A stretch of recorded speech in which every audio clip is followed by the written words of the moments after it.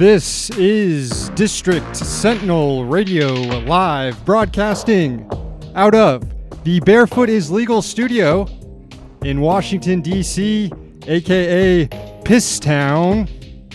I'm Sam Sachs. I'm Sam Knight. There you are, Sam. Thanks for joining us tonight. Here's what we have coming up on the show. First, we have an interview with journalist Kate Aronoff from The Intercept. We talk about the Green New Deal and coping skills with the whole despair around climate change, that whole thing. Yeah, we'll be also reading some poetry later. We'll be reading a few of the the worst emails that we received this week from PR people. Yeah, being a journalist in DC, you get a lot of really awful emails. We'll share some of the best with you, and then worst, worst, the best worst ones. The best worst one. Yes. And then at the end of the show, at the very end of the show, someone will get thrown in the garbage can. In fact, the polls are open right now for the garbage can. It is too close to call in Cuyahoga County. It really is too close to call. I'm just checking on it right now. Looks like Marco Rubio is leading the way, but it's very narrow. Steve Scalise right behind him. You can go right now, patreon.com/District Sentinel, and vote for who you think should be thrown in the garbage can. We've got a really good roster this week. You do have to become a subscriber, though. You do. You do have to subscribe on Patreon to become a subscriber, or to be able to vote in our garbage can proceedings. But listen, you won't regret it. You won't regret it if you do, because you get access to all sorts of bonus content. We've been doing all sorts of special reports this week for our subscribers over at Patreon. Plus, let's be honest, the way that Patreon works, you can subscribe and then you can unsubscribe before the end of the month, and you never have to pay us anything. Yeah, which sucks, but it is a workaround. But if you just want to test, you may just want to dip your toe into the Sentinel waters, and in which case you can do that. There's a loophole, and you can do that. Also, by the way, if you can't afford the $5 right now, we will for our subscribe. We will sell. Wait, what was that? You just played an audio thing there on accident. Anyway, if you can't afford the $5 a month right now, to always a tough economy out there in this neoliberal hellscape. Yeah, we have a list of people we blast content out to who can't hack it right now. College students, thinking of you. I know I wouldn't have paid $5 a month when I was in college. I couldn't afford that. So anyway, email us, dcsentinelnews@yahoo.com. Tag us on Twitter. Reach out. We will make sure you get our hot content piped directly to your dome. Yeah, that's how we do it around here. So all of that is coming up on the show. The interview, the garbage can, the poetry, the haiku, all of that coming up. But first, I mean, we're ostensibly newsmen. Some may call us poets. But this is primarily a news show. So let's go over some of the headlines of the week. Is there a little jingle? No, there's no jingle. There's no jingle. I wasn't sure if there was going to be a jingle or not. So there's no jingle. Maybe District Sentinel Radio Live 2 will bring back some little bumpers. But right now we're just gonna go. That's cool. Let's do it unplugged. So last night, President Trump gave a primetime address, making a very dishonest case for his bullshit wall.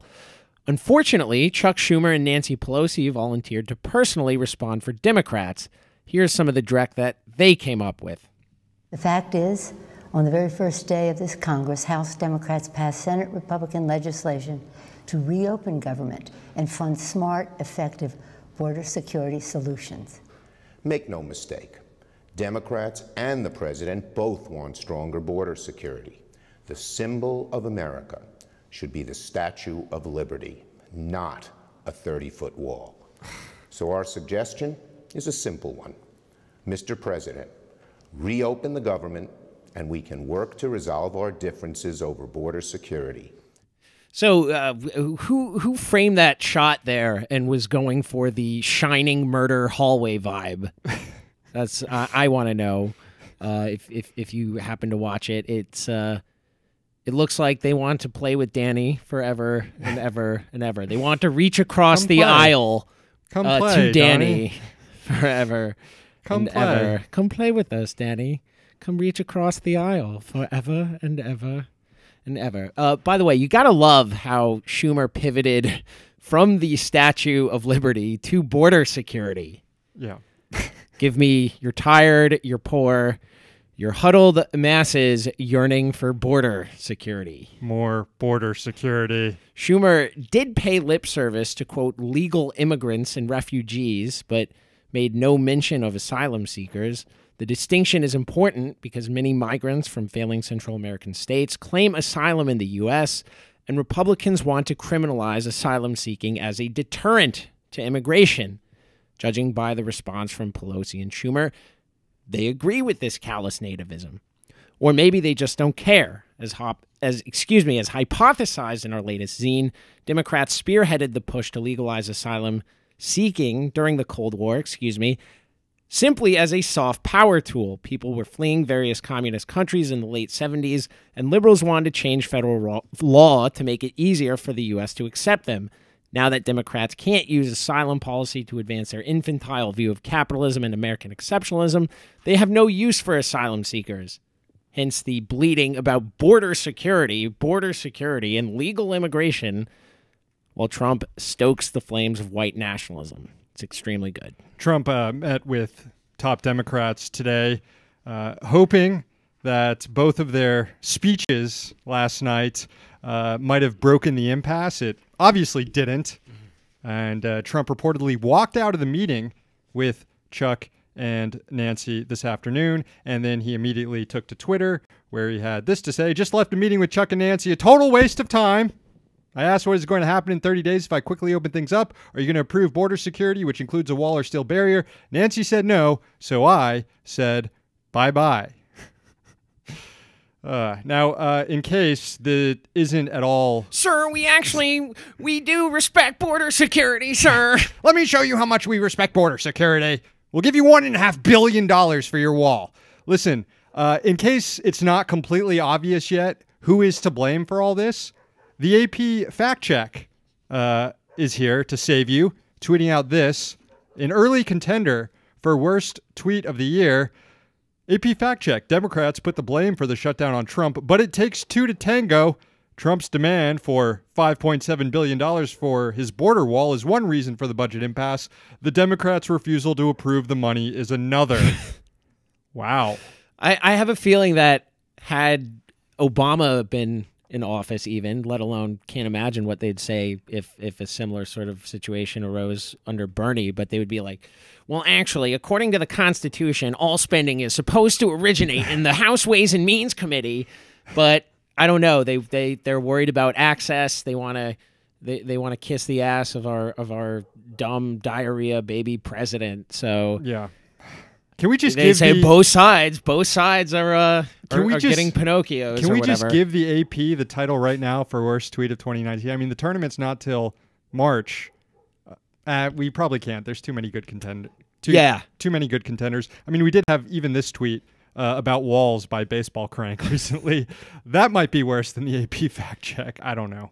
Let alone not to forget the tweet today. The person fantasizing about AOC and Jeff Bezos marrying because Jeff Bezos is and his wife are calling it Splitsville. Or the one about giving time of your own life to Ruth Bader Ginsburg. And then there was the Beto O'Rourke one, which we the Cavs one. Yeah, yes, we all remember that one.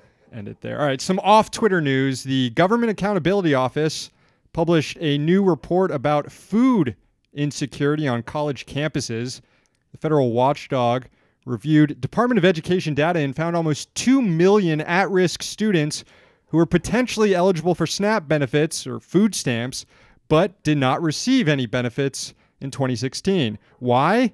Because unlike what you hear in conservative media about how easy it is to take advantage of the welfare state, it's actually really freaking difficult and really confusing, and most people just give up before they can find out if they're eligible. And the federal government isn't exactly trying to make it any easier for people to understand. This was from today's GAO report. Quote, because the SNAP eligibility requirements for college students can be difficult for students in colleges to understand, students may be unaware of or misinformed about their potential eligibility for SNAP. Agriculture's Food and Nutrition Service has not made information that clearly explains student SNAP eligibility requirements easily accessible to students and college officials, and as a result, students experiencing food insecurity may remain unaware that they could be eligible for SNAP. GAO recommended that the department do a better job at making SNAP eligibility requirements easier to understand, more accessible. Of course, that's assuming there will be any funding for SNAP in the next few weeks or months. The White House said earlier this week that absent a new spending bill, the program would run out of money sometime in February. Today, it revised that estimate, claiming the program is viable through February. Not sure about March, though. We're going to have to wait and see on March. With key welfare programs like SNAP under threat and with hundreds of thousands of federal workers missing paychecks, it's looking like President Trump could do some real damage to the economy by shutting down the government over his rapidly filling diaper. Here's another way the Trump shutdown threatens everyone's livelihoods. Key regulatory bodies aren't able to do their job right now. Public Citizen released a report today on the impact of the shutdown, noting, quote, according to furloughed workers, many agencies are falling behind, and it could take many weeks for them to catch up. More than 75% of workers have been furloughed at 7 agencies dedicated to protecting consumers and workers, according to federal agency memos, and nearly 50,000 employees have been sent home without pay. That 50,000 includes the workforce at the Commodity Futures Trading Commission and the Securities and Exchange Commission. Both, of course, oversee financial markets.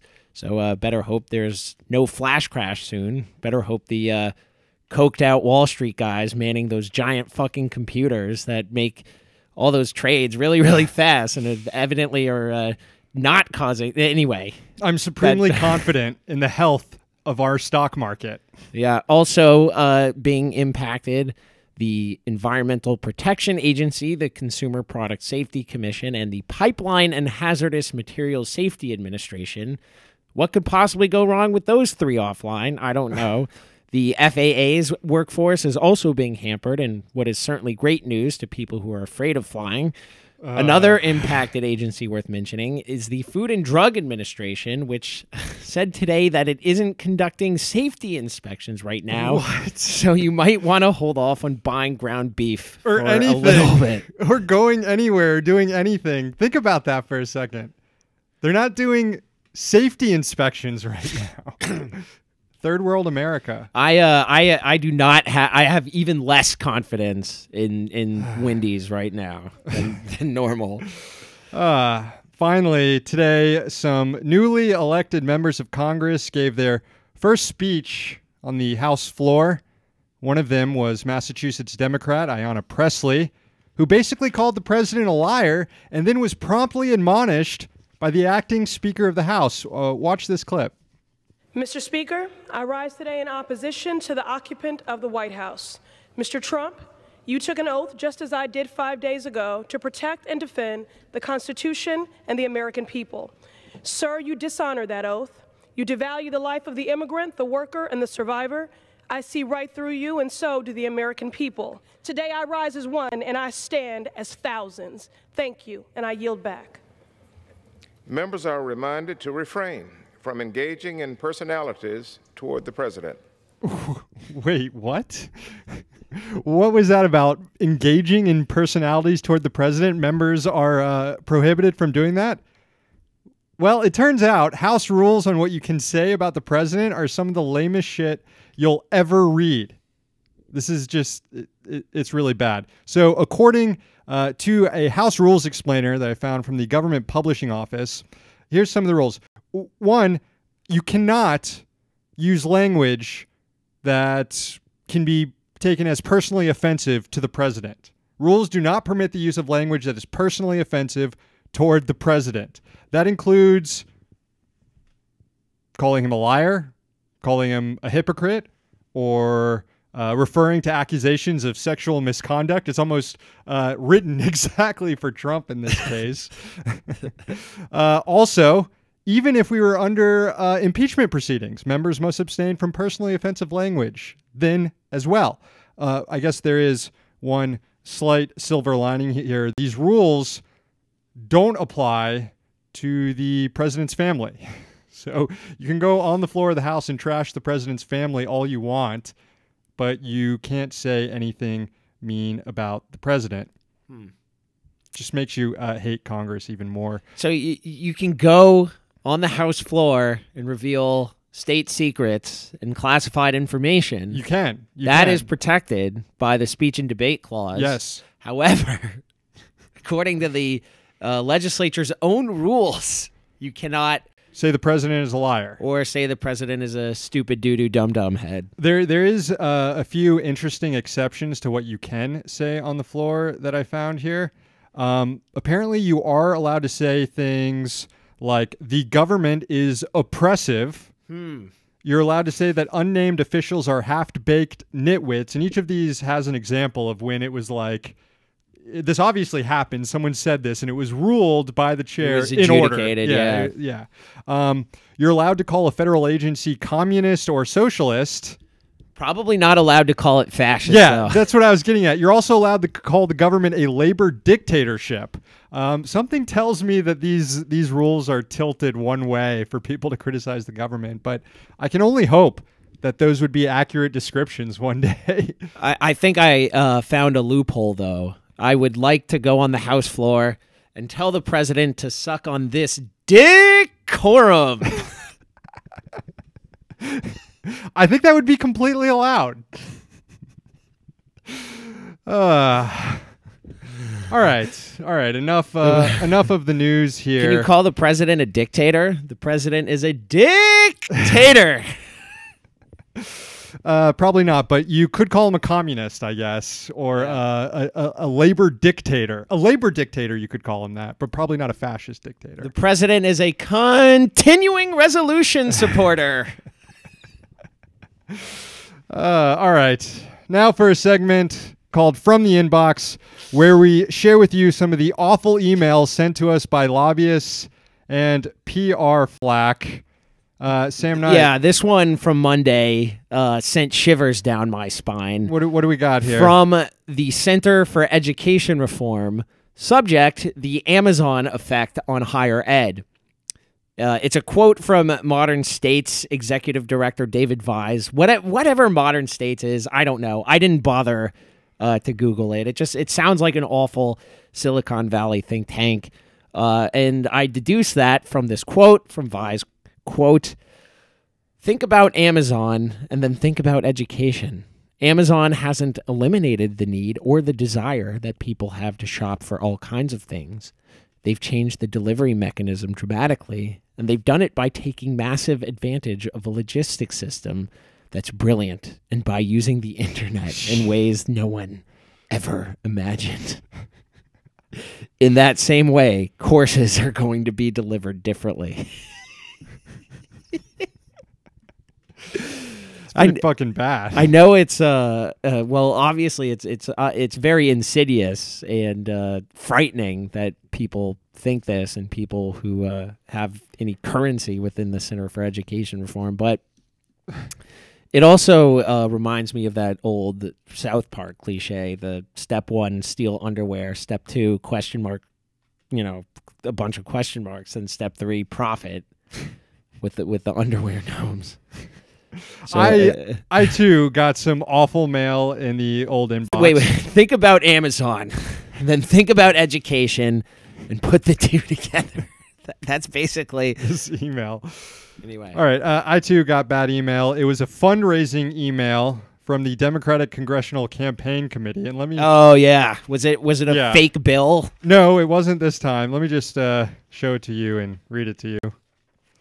There it is. Trump went on national television last night and spewed disgusting insults at Democrats.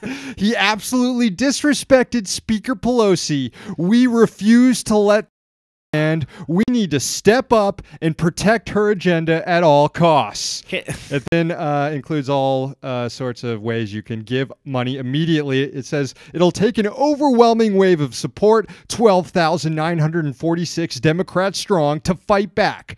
Will you chip in before midnight? And you can click a box to donate as much as like $250 immediately. Yeah, so this is what happens when personalities matter a lot more than policy. This is the kind of shit you get. Imagine if your takeaway watching Trump's speech last night wasn't, shit, this guy's a fascist, or fuck, a lot more people are going to suffer. We're all screwed. Imagine if your takeaway instead was, how dare he disrespect Nancy Pelosi? Nancy Pelosi, more How like dare. Nancy Khaleesi. Is that the Game of Thrones person? You nailed it. Nice. How fucking dare him? I'm giving $500 to the DCCC right now. This is definitely directed at people who drink a lot of wine. Yes. Who are like, I got to drink my way through the Trump speech, and then it's done. And then, they pick him off. They're like, I know you weren't down with that disrespecting of Nancy Pelosi, and I know you're tilted on your 7th Cabernet, and you're going to donate $250 right now before midnight. It's got to be before midnight. Never before you go to sleep and sober up. It's before midnight. You have to do it before midnight. If you don't do it before midnight, Trump is going to kill Nancy Pelosi. That's why they She's say dead. the midnight, because they want to get the fucked up people to donate before they sober up. Anyway, boom. All right. Exposed by us. This doesn't want to make me give money to the DCCC. It wants me to take money from the DCCC. They shouldn't have any money. They're clearly wasting it on bullshit like this. All right. What are you talking about? The agenda of defending the celebrity of Nancy Pelosi at all costs is worthy of every last drop of my blood. Of course. All right. We're going to get to the interview in just a second. Let's check out the garbage can voting right now. It appears as though... Got to refresh. Yeah, I'm refreshing right now. Marco Rubio still in the lead, barely. Polls are closing soon. It's not too late. Patreon.com/District Sentinel. Subscribe now. Vote in the garbage can proceedings. Steve Scalise right behind him here. This could go in any direction. This week we also have reports over on Patreon on impeaching Trump, holding people who poisoned Flint accountable. New stuff coming out each day for subscribers. So it's not just a vote tonight. It's to get all the bonus content we put out on a near daily basis. All of it available for just $5 a month. Patreon.com/District Sentinel. All right. So earlier today, we sat down with journalist and writer Kate Aronoff, who's been covering the latest on the Green New Deal. Here is that interview. Okay, joining us now from Brooklyn, New York is Kate Aronoff, a journalist and writer who covers climate change and U.S. politics. She's a contributor to The Intercept, and you can find some of her previous work over at In These Times. Thanks for joining us, Kate. Thanks for having me. So by now, most of our listeners already or should know what a Green New Deal is at its core. It's a series of policy proposals to reduce carbon emissions down to zero.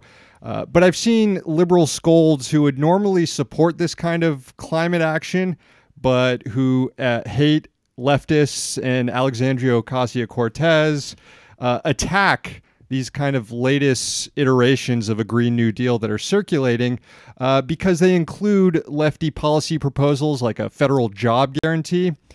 You've suggested in some of your other writings other initiatives like universal basic income, Medicare for all, free nationwide Wi-Fi that should also be included in a Green New Deal package. Break down why we need to go beyond traditional energy policy in order to make this Green New Deal work. Sure. So, the science on climate change, and I don't think it's useful always to talk about science when we talk about climate change, but it's pretty clear on this point, right? We have about 12 years, according to the Intergovernmental Panel on Climate Change, to begin radically decarbonizing the Earth's economy, and that, of course, involves the U.S. economy as a big part of that. And any sort of path toward that involves a really sort of massive transformation in the way in the ways our economy is run, in large part because capitalism was built root to branch around fossil fuels, and so it's sort of a fact of our economic system that a lot of things run off of coal, oil, and natural gas. And changing that up in the process, disposing of the power of one of the most powerful industries the world has ever known, will entail a lot of shifts. And they're really, are not the toolbox for doing that, for making that kind of transformation. Can't be found only in the world of energy policy. Of course, we need to transform the grid system. Of course, we need to electrify processes and economic activities which are not currently on the electric grid. Things like heating systems, for instance, car travel, things like that. Not that we should be relying a whole lot on individual cars in the future.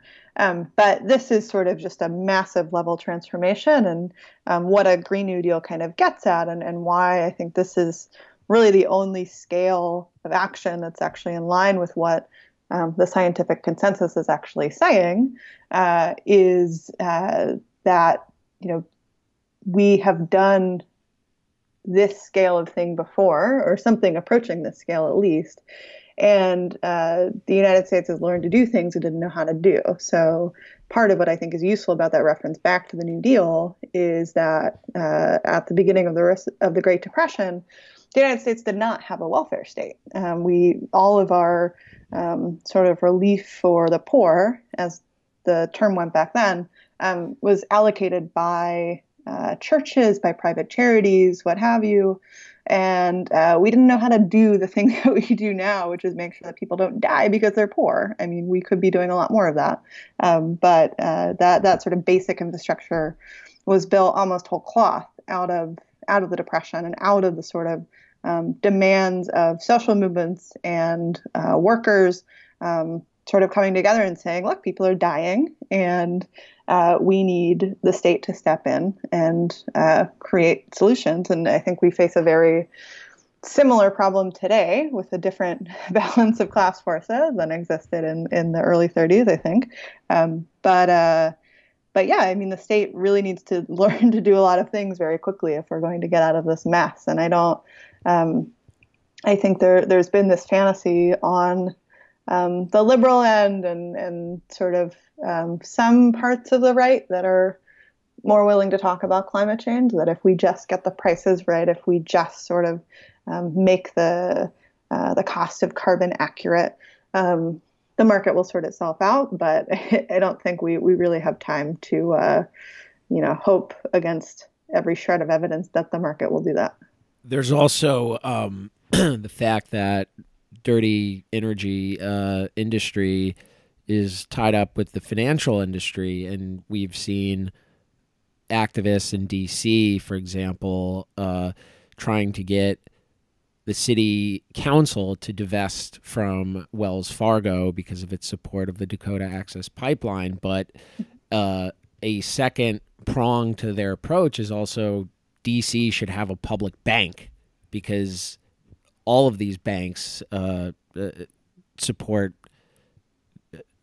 projects that accelerate climate change and are killing the earth. So I just thought I would add to that maybe public banking is also something that we need to be thinking about in the context of a new Green Deal, of a Green New Deal. Yeah. I mean, I think this gets back to another question. I mean, it gets back to a lot of important things are sort of bound up in the question of public banking. I think one of which I don't actually think that in particular, the public bank push is the answer to necessarily, is this like question that comes up a lot of, how do you pay for it? And I think sometimes that like public banking gets thrown into that conversation. in ways that I don't I don't know are I think there are more robust tools that the government has available to it than public banks to fund sort of mass scale infrastructure projects, for instance. But I think what public banking really does, importantly, and why I think it's a really important part of the Green New Deal conversation, is because there's more wrong with our economy than the fact that it runs off of fossil fuels, right? There are huge numbers of people who banks have systematically discriminated against, have built whole policies around discriminating against. And a public bank and things like postal banking and stuff like that are a public option essentially for banking and financial services, which is a huge sort of oversight, and I think makes even stuff we could imagine sort of in the short term, like putting solar panels on a house or an apartment complex or something like that. That's really hard to finance, and if you don't have access to credit, if you don't have access to things like that, doing that can be really hard, and there's a big barrier among folks who can access renewable energy right now and those who can't, and a lot of that comes down to sort of historic inequalities baked into our economy and our banking system in particular. And so, I think that's public banking, I'm not the expert on it, but gets into some of those questions. But I think there's a big piece of it, which is sort of institutional reform that goes a lot deeper than just questions that directly involve where we get our power in particular, but gets into these questions of financing. I think the push in DC for divestment has been really powerful. Has been really a nice thing to look at as a cause for hope in the world. Going back to FDR's New Deal, which is obviously at least partially an inspiration for the Green New Deal, this is a bit of a galaxy brain take, but it could be argued that the New Deal itself saved capitalism and in that way is responsible for where we are today in this capitalism-induced global catastrophe. At the time, the New Deal staved off either what could have been, who knows, a full communism revolution or just as likely a fascist revolution here in the U.S. at the time. But given all that, as we embark on trying to do a New Deal, a Green New Deal, New Deal. Yes. Add more. Yeah. As you talked about, there's a lot of the same economic conditions now as there were back then, in addition to this climate catastrophe we're facing. How do we ensure that we aren't just, duct taping together capitalism to make it last for another 100 years? How do we ensure that we kill off some of these most destructive parts of capitalism that have brought us to this planetary crisis?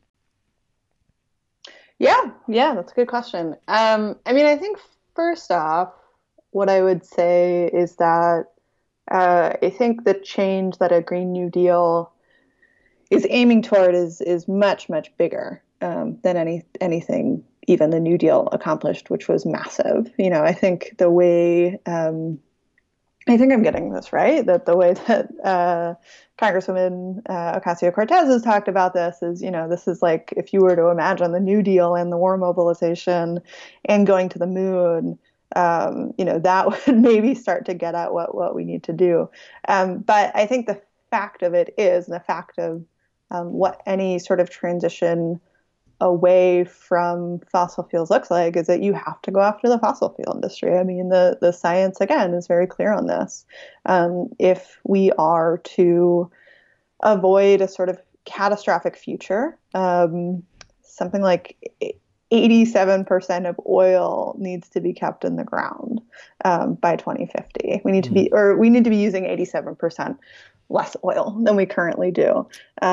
We need to eliminate coal and very, very high figures on the amount of natural gas we need to excise out of the energy system. And so that is not a future, as much as these companies talk about their commitment to greening their operations and research into algae or whatever it is that I get ads for whenever I write stories about ExxonMobil and I'm Googling them a lot. They're not comfortable with that. Like, they simply will not accept a future in which their business model does not exist, and their business model is in direct contradiction to the survival of human civilization. And so I think that is this sort of massive challenge that needs to occur. And I think in part because of just how structured capitalism itself is around the fossil fuel industry, I think any sort of economic system that we get on the other side of that necessarily looks very different from what we know today. Whether you can call that capitalism, I don't know. whether you can call a world in which everyone has free energy, in which everyone, public transit is freely accessible for basically everyone, in which everyone has healthcare. Whether you can call that capitalism, I'm happy to debate. But I think the sort of bare facts of it are that displacing the most powerful industry in history will make some changes in the process to the economy and how it's structured, and also provisioning massive amounts of energy and making the sort of huge investments that we need. I think that really challenges what we think of as the relationship between the economy and the state in ways that I don't think are compatible with neoliberalism at the very least. And at least as far as the pressing need to eliminate coal is concerned, that's why the economic, the New Deal components of fighting climate change are so important. And that's why it can't be just like Nancy Pelosi style cap and trade, is because some coal country is one of the most economically depressed places in the United States, and places like southern West Virginia and eastern Kentucky and stuff. So that's just wanted to say that's why the stress why the New Deal stuff is so important. But let's assume that Democrats take back Congress and win in 2020, because you were talking about how the fossil fuel industry is one of the most powerful industries that ever existed. Mm-hmm. There's obviously going to be a massive backlash, assuming some kind of Green New Deal legislation is passed mm-hmm. and signed into law. What kind of reaction do you think we'll see? What should we worry about? And are lawsuits in the Supreme Court the only thing we have to worry about? Because I just have in mind instances in history where leftists take power and try to do transformative things, and you see maybe not illegal, but certainly extra legal activities like capital strikes and the business plot. That was illegal. Yes, the business possible coup. But anyway, I was just wondering what sort of reaction should we expect from industry and right wingers? Oh, I mean, I think it'll be massive. And I think that happens well before anything gets passed. I mean, if I look at what happened, for instance, in the midterms this last cycle. So in Washington State, a really sort of impressive coalition of environmental and climate justice groups, community organizations, immigrant rights organizations, just the sort of whole progressive community essentially in Washington came together with some businesses, with some support from other parts of civil society to pass a very modest carbon tax. I think it was $12 or $15 per ton of carbon dioxide. Very modest tax itself, would have funded some sort of Green New Deal style investments. The oil industry poured $30 million into defeating it. And mind you, this is oil companies who have come out publicly in support of a carbon tax. BP, which has a whole web page devoted to talk of a carbon tax, put $13 million into defeating this. There was another fight in Colorado where they were looking to pass a sort of common sense regulation that would mean that you couldn't frack or drill within 2,500 feet of schools. Schools being important in large part because children are much more vulnerable to the sorts of pollution and chemicals that are used in the drilling process. And they put $40 million into defeating that. They spent the campaign for that campaign 40-1, essentially. I think they also said all their opponents or everyone who wanted to limit fracking in Colorado was a Putin puppet.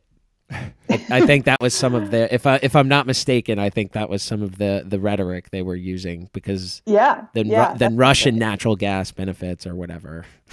Yeah, that sounds right. I mean, so I think that pushback is something we haven't really seen yet on a Green New Deal. And I don't really know why. I mean, I think it's because they still see it probably as more theoretical at this point. They're not imminently worried about it passing in the way that they were for those ballot initiatives. But yeah, I think that's the one thing.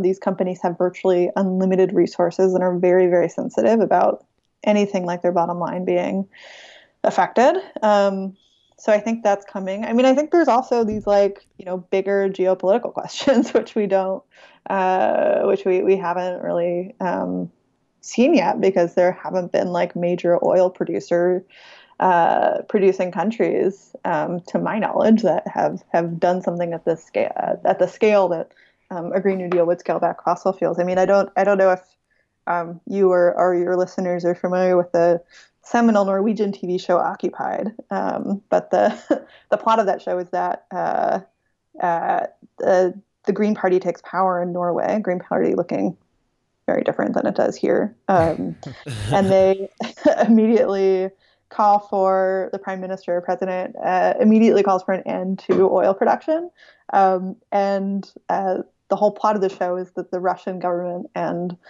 with the support of the EU invades Norway and occupies it so that they start oil production. And, I don't know if we'll necessarily see that, but I think that is fossil capital is again, the most entrenched interest in the world. And I don't think we should underestimate. I'd heard about that show and I like the premise a lot more with the EU teaming up with Russia to that seems like much more realistic because somewhat the way it had been explained to me, I thought it was only Russia occupying Norway and that it was some sort of fear-mongering thing about whatever. Yeah, but no, the EU and Russia teaming up, I totally see that. Yeah, not purely sort of like Putin gate, right? Things like that. But yeah, no, I mean, I think that the pushback will be enormous, and I think that's something to be really prepared for. And I think part of why the Green New Deal framing, to get back to what you mentioned earlier, is so important in that it does sort of inoculate against what have been some of the more emotionally and economically resonant lines that the fossil fuel industry has used in the sorts of fights where its bottom line is threatened, which is that you wouldn't want to put these poor coal miners out of work. You wouldn't want to put these poor refinery workers out of a job. And what a Green New Deal says pretty brilliantly is there's no reason why anyone's life has to get worse, except perhaps if you are an executive of a multinational fossil fuel company. Then your life definitely has to get worse. Yeah. I think you get 3 meals in The Hague, but I think they'll be pretty comfortable, but should certainly be tried. But yeah, I mean, I think a Green New Deal reframes the question, right? It's not a matter, as carbon taxes and sort of cap and trade systems are so often phrased, as the people who are least responsible for this crisis giving something up, having to pay more in any amount. The question is, how do we distribute society's resources more fairly? And we have very few people hoarding a lot of wealth and a lot of control over our future, effectively, when we talk about fossil fuels. And so how do we change that equation? How do we, make the economy a bit more fair? And the way that you do that, the way that you get at a future in which we're not all cooking, necessarily involves making the economy more fair, and necessarily involves changing up sort of who holds power in it. Tying this back to the news racist border wall, Eric Erickson, of all people, had a pretty darn good tweet Lord. last night, which I'm not sure if you saw it, but basically he argued that if the president declares a national emergency and starts using eminent domain and reprogram dollars to build a wall, it is only a matter of time before a progressive president declares climate change a national emergency and uses eminent domain to shutter coal plants, etc. Oh my God. Your thoughts on that, Kate? Oh, wow. Eric Erickson. Putting aside the, I mean, the last part is good. put aside the image of a talking ham, which is what Eric Erickson is, and focus on the content of the. Yeah. I mean, oh wow, there's a lot there. I mean, yeah, we should close coal plants for sure. That's right. Yeah, I mean, I think eminent domain has like a specific history in the climate movement, which I think is complicated, and that one of the really big fights around pipelines has been the use of eminent domain to essentially like ram pipelines through rural parts of the country. And so I don't know enough about the law surrounding eminent domain to know, whether it makes sense in that regard, frankly. I do think, a proposal that has been talked about, which I'm pretty sympathetic to personally, is the idea of nationalizing the fossil fuel industry, and becoming the U.S. government becoming a majority stakeholder in companies whose business model shouldn't exist, and then rapidly liquidating them. And how much at this point could it really cost to buy a coal company? Yeah. Like they're going bankrupt left and right. Like we've probably bailed out some already. So yeah, I mean, eminent domain aside, I don't, expect Eric Erickson. I don't know what he meant by that tweet. I'm just confused. Who knows what he means by any tweet when it comes down to it. We had Rashida Tlaib on the show about 4 months ago, seemingly supportive of the idea of nationalizing oil companies and shutting them down. She wouldn't rule it out. Yeah, she wouldn't rule it out. Yeah, that's awesome. Kate, kind of wrapping this all up, when I think of a Green New Deal or implementing a Green New Deal, to me, that's the easy part, actually, like putting it into effect. The hard part is, of course, getting it passed, overcoming our broken political system and entrenched fossil fuel special interests to get that passed. The other hard part is, is it too late? Will it go far enough? Scientists come out each year with new projections and they seem to get worse and worse. And scientists are pretty cautious people. So even the more alarmist predictions usually are avoided by scientists, but could be accurate. And assuming all that's true, we could implement a Green New Deal and we could still not avoid some of the worst effects of climate change, given how long we've waited. I'm curious how you, as you write about this issue and cover this issue, handle that possibility or handle the despair in general around this issue.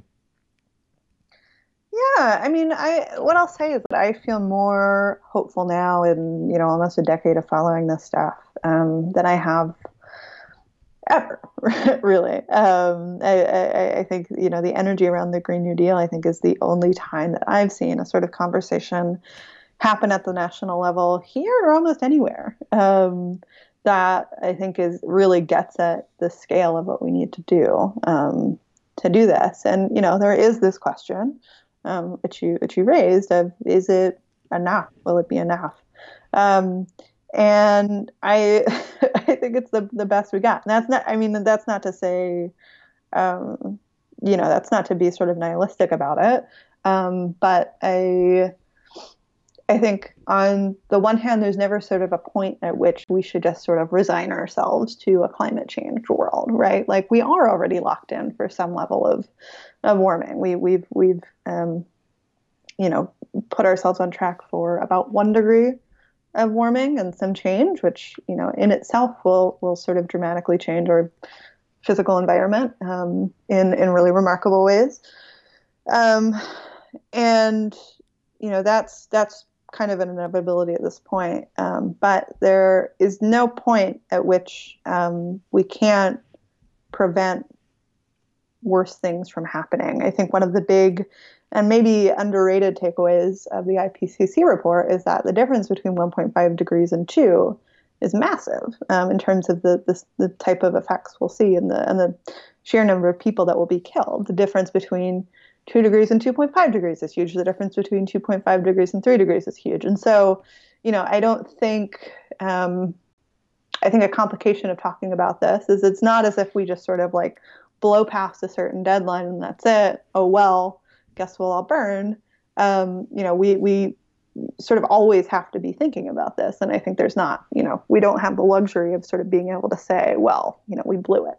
And so we can just give up. And I think what the Green New Deal does that's really helpful is it says, I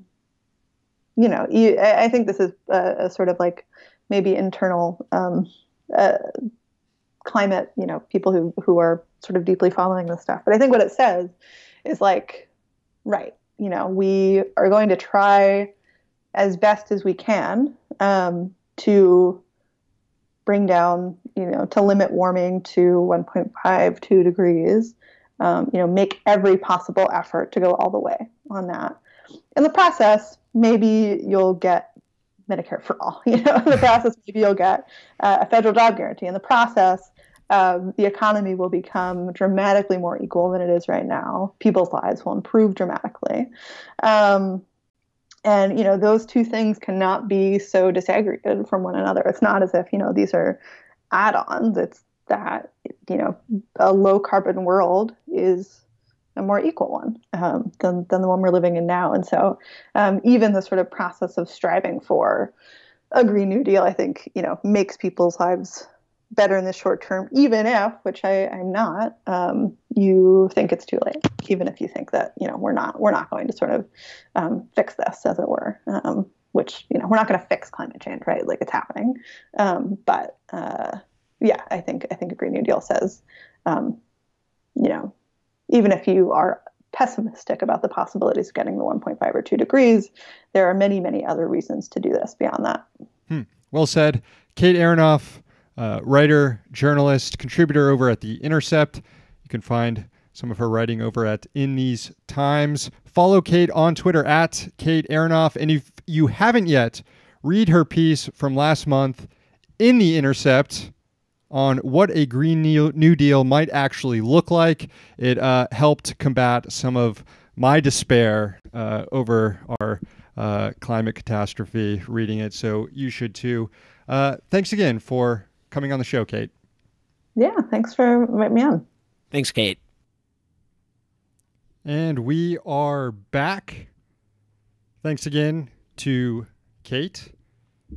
And thanks to everybody who is tuning in on the show and participating in the chat. Thanks also to intern Nate, who has arrived to watch the show. Actually, no, he's not watching the show. He's making dinner. He's making dinner. He's making, I think he's making it with ketchup because he's a pale weirdo. Nate is he's shouting shouting from lies. the kitchen, but He claims he's actually making marinara, but I haven't been offered a taste, so I can't confirm this. Anyway, what's going on in the chat room? We have some banter in the chat. We have Carter saying, "I piss on your border," and the Statue of Liberty. We also have Jeffrey saying, "Nancy and Chuck, your parents whom scold you for coming home smelling like weed." And Tony, that is dead on. Accurate. Well, actually, that not that picture. That's kind of them looking happy, but there were a lot of moments where they looked disappointed, I'll say. And Tony says, "Did SK1 get banned on Twitter?" Yes. The answer is yes. SK1 did get banned on Twitter. Yeah. The second time, for those keeping score at home. All right. Well, we've got just the real business left in the show now. The real business. We're going to be throwing someone in the garbage can here shortly. But first, I think it's time we pay back to our subscribers out there on the old Patreon. $5 a month. You get a haiku written by the two Sams. It's a special segment, special poetry segment of the show. And why don't you get us started, Sam? Why not? This is for Rob. My son made a treat. Is this a mud pie, I ask? Yeah, he says, it's mud. Thank you, Rob. This one goes out to Andrew. Check out the yard guy. Perfectly manicured grass. The lawnmower man. Thank you, Andrew. This is for Nathan. Betting on hockey. Winning money on hockey. Losing on hockey. Thank you, Nathan. How you doing tonight? A lot of action left. This one goes out to David. So you've got some wings. That doesn't mean you can fly. Just ask the ostrich. Thank you, David. This is for T. Lance. Or is it Tlance? I don't know. T. Lance is good. Anyway, this is for Tlance. You know Cass Sunstein, the insufferable lib guy? More like ass Kunstein. Thank you, Tlance. Finally, this is for Diane. Like that one, intern Nate? This goes out to Diane. I placed 2 gold bricks in each of my shoe lifters, said Ben Shapiro. Thank you, Diane. Yes, thank you, Diane. And thank you to all the new subscribers on Patreon. It's patreon.com/District Sentinel. Also, while we've got you here, buy the dang haiku book. Sam Knight's got it right here. The haiku book. It just came out. We've we've got links on our Twitter and Facebook. You can find them. It makes a great Valentine's Day present, I'd say. Yeah. Valentine's Day coming up. Or just buy it now for next Christmas. It's going to be Christmas eventually. Yeah. Again, and or holiday season. But if you buy it now, it's like a present to yourself later, because that's one less thing you have to do. You have to stress and worry about at the holiday season. Anyway, there are some pretty great drawings in here. I just turned to page 69. I kid you not.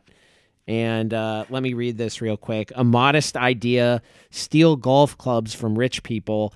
That is just step 1. And we have this sort of illustrated. I'll just hold it up.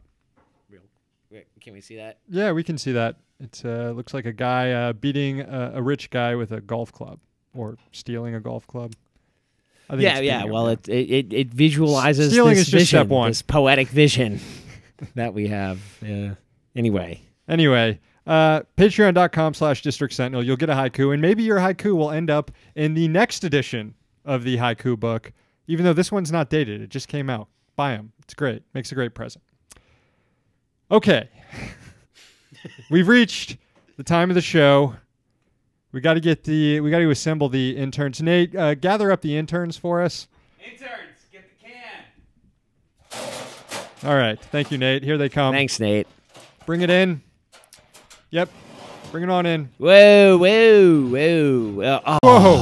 Whoa. Whoa. That is fucking foul. I don't know what that is, but it looks like whatever it is, it molded a lot. That is really freaking bad. Whoa. Well, looking forward to dumping one of these fuckers in there. All right. You want to go first? Let's do it. Garbage candidate number 1, Marco Rubio. Rubio is the author of Senate Republicans' first bill this Congress, legislation that would try to help states prohibit contractors from boycotting Israel Such state laws have already been declared unconstitutional by the federal judiciary for good reason. They punish people for engaging in free speech. But that isn't deterring little Marco. Because his bill is the legislative equivalent of a meltdown, Rubio tried to tweet through criticism with a middle schooler's understanding of constitutional law. His rage posts included this banger, quote, "If boycotting Israel is constitutionally protected, then boycotting companies that boycott Israel is also constitutionally protected." You idiot. Not if it's a government doing the boycotting, you stupid impossibly person. thick dipshit.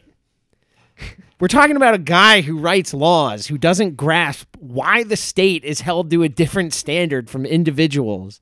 So for that and for being a neocon fuckboy, Marco Rubio is nominated for the garbage can. Garbage candidate number 2, Steve Scalise. The House Minority Whip is a racist who once described himself as David Duke without the baggage and then suddenly found himself with a lot of baggage. He's nominated this week not for retrograde bigotry, but instead being dumb as hell. Rep. Alexandria Ocasio-Cortez has suggested in a 60 Minutes interview that top marginal tax rates in the U.S. for individuals making $10 million should be around 70%. Now, even though this is an extremely modest proposal, and I don't mean that in the eat the baby sense, I mean that in it is modest. It should be much, much higher, probably 100%. It also used to be much higher not that long ago, like in the lifetimes of many of the politicians in Congress. Obviously, though, a lot of people flipped out, and a lot more people displayed their complete ignorance, lack of understanding of how marginal tax rates work, like Steve Scalise, who tweeted this, quote, "Hi, AOC." He tweeted, Republicans, let Americans keep more of their hard-earned money. Democrats, take away 70% of your income and give it to leftist fantasy programs. Nope, not how it works. Not at all. And as Ocasio-Cortez clearly explained in her 60 Minutes interview, since it's a marginal tax rate, it would apply only to the dollars over $10 million, not someone's entire income. And you'd think that the second most powerful Republican in the House would know that. Maybe he does know that. He probably does know that, and he's just sticking to messaging meant to mislead the public. Maybe he's lying. Either way, it's worthy of a garbage canning. But Scalise put himself over the top after he was educated on how marginal tax rates work by AOC on Twitter. He tweeted back at the freshman congresswoman, quote, "Hi, AOC. Happy to continue this debate on the floor of the People's House, but it's clearly not productive to engage here with some of your radical followers. Hashtag stay classy." He then included a screenshot of some of the responses to AOC's tweet, including one from Randy G-Dub saying, "Snipe his ass." Randy G-Dub, a Sentinel MUFO. Anyways, the guy, Scalise, the guy who courts white nationalists, white supremacists, and compares himself to David Duke, shouldn't be criticizing anyone for what their followers say. Also, Randy G-Dub is good as hell. So for the ignorance or outright lying, and then the sanctimonious, "but my menchies and your followers are too mean," and for being a racist, can't forget that one, Steve Scalise, you're nominated for the garbage can. Moving on to garbage candidate number 3, Liz Cheney. When Congress opened last week, the House Republicans caucus chair took a typically ill-informed swipe at the left, decrying, quote, "the fraud of socialism." Bernie Sanders replied on Twitter, noting that a child of Dick Cheney should probably sit this one out, considering the fraud of the Iraq War. And Cheney responded with this, quote, "Yes, at Senator Sanders, son of Eli Sanders, socialism is a fraud. It steals from the people and gives it to the government, crushes human freedom and initiative, and devastates economies. Ask the Venezuelans. BTW, your Dick Cheney history is as defective as your economic policy." American flag emoji, end of quote. So, wow. American flag emoji. There is a lot to unpack there. But let's start with the old-timey anti-Semitism. Son of Eli Sanders? What the fuck? What other plausible explanation could there be for including son of Eli Sanders other than a fucking anti-Semitic foghorn? Then how about the reduction of socialism to giving power to the government? I guess that means every Blue Lives Matter dipshit is a socialist. Also, Dick warrantless wiretap Cheney and his insipid fail daughter, who loves national security state spookery. She's a socialist, too. Then there's a classic cherry-picked Venezuela reference. For some reason, Liz Cheney isn't encouraging people to ask Haitians, Hondurans, or Mexicans about capitalism. Venezuela, finally, a vapid defense of her war criminal dad that sums up the mindless hysteria in the build-up to the Iraq War. An American flag emoji. Just keep waving that tattered piece of shit, and it doesn't matter how many people you kill. Anyway, we'd love to chat with Liz Cheney about her father's history at his trial for capital crimes. Until then, we might have to keep her in the only thing fit to contain a member of the Cheney family, a garbage can. Garbage candidate number 4, Joe Biden. I'm just going to read the official nominating document here. Joe Biden for existing. That's why he's nominated for existing. That's why he's nominated, and it was seconded 7 times to make the vote, and then he made the final 6. So to be fair. And yeah, to be completely fair, given his record of building the modern carceral state in the U.S., smearing sexual harassment victims, being creepy every chance he gets around women, that's not all that bad of a reason to throw him in the garbage can. But times are particularly dire now as the competition heats up for the Democratic presidential primary. Biden's name keeps coming up as a potential frontrunner. You see some of the biggest dipshits in the party pushing for Biden when they're not pushing for Beto. Biden himself reportedly believes that he has the best chance to beat Trump, which is true if it were between him and Hillary Clinton only. Throw in pretty much anyone else short of maybe John Delaney, and Biden becomes the most beatable. A perennial failure at running for higher office with a lot of legislative baggage and a walking Me Too controversy. So let's nip this in the bud while we still can. Joe Biden, you're nominated for the garbage can. Very much looking forward to, if he does run, very much looking forward to Elizabeth Warren at least pinning the bankruptcy bill. Hanging it around his neck like an albatross, like the albatross that it should. Definitely. Moving on to garbage candidate number 5, Anderson Cooper. Cooper interviewed Alexandria Ocasio-Cortez on Sunday for 60 minutes, and though he likes to portray himself as one of the smart ones, Anderson came off as a regular Chris Cuomo. Wah, wah. First, Anderson pressed AOC about how she would pay for single-payer health care, as if it's a goddamn mission to the core of the earth and not something dozens of other countries have already done through taxation. Then Cooper questioned whether or not the Green New Deal was too radical, as if it's not modeled on prior reformist legislation, the regular New Deal. Finally, Anderson gawked at AOC when she pointed out the obvious. Trump is a racist. How can you say that, he asked. I don't know, man. It's not polite to say that dogs like to eat their own shit or that cats like to lick their own assholes, but that's the truth. Trump is a racist. He campaigned on demonizing Mexicans, Muslims, immigrants in general, and black people protesting police violence. He said there were good people among a mob of murderous neo-Nazis. What the fuck more do you need? Anderson Cooper might posture as being woke, but his brand just fucking melts away when someone like AOC comes around to point out that the U.S. isn't a meritocracy. As noted by many people on Twitter, Cooper is the great-great-great-grandson of a literal robber baron, Cornelius Vanderbilt, and it sure as hell showed the other night. So this week, we are nominating AC to the GC. That was a hell of an endorsement right there for the garbage can. GC 360. All right, finally, garbage candidate number 6, PAYGO, or Pay As You Go. It's a federal law that requires all new spending bills to be paid for. The cost of any new project, be it a new infrastructure project or Medicare for All, would have to be offset by spending cuts elsewhere or tax increases. It's a product of deficit hawks during the Obama administration. Obama himself signed PAYGO into law in 2010. Anyways, it's a stupid law that's based on a stupid premise that deficit spending is always bad, when in fact, in most cases, it's actually quite good. For progressives to accomplish anything in the future, pay-go needs to go. Unfortunately, most progressives in Congress just voted to approve pay-go as a rule last week. But you know what? We'll step it up here and do what they were supposed to do, which is throw pay-go in the garbage can. Well, that's going to depend on the votes, of course. Okay, so we have pay-go, of course, as you just mentioned. We've got Anderson Cooper. Yes, we've got Anderson Cooper. I should refresh our memory of their pictures here. We've got Anderson Cooper.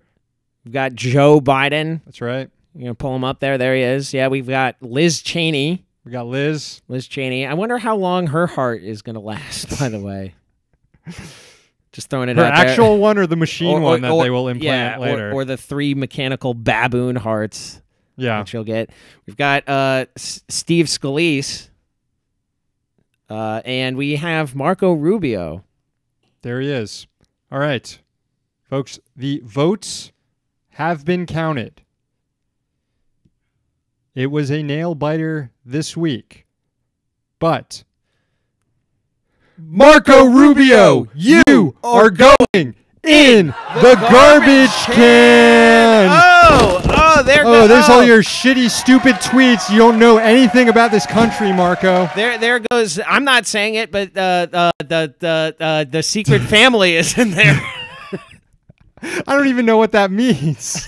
I don't know. Thank you. Why would we throw Marco Rubio's secret family in the garbage can? They have nothing to do with this. If you like what you watched, consider subscribing at patreon.com/District Sentinel for exclusive subscriber-only content, newscasts, interviews, reports, live streams, stuff like that. Subscribe to our SoundCloud, and we'll release more free content there. We actually release free content there pretty much on the daily basis. And while you're here, hit subscribe on our YouTube channel as well. Follow us on Facebook.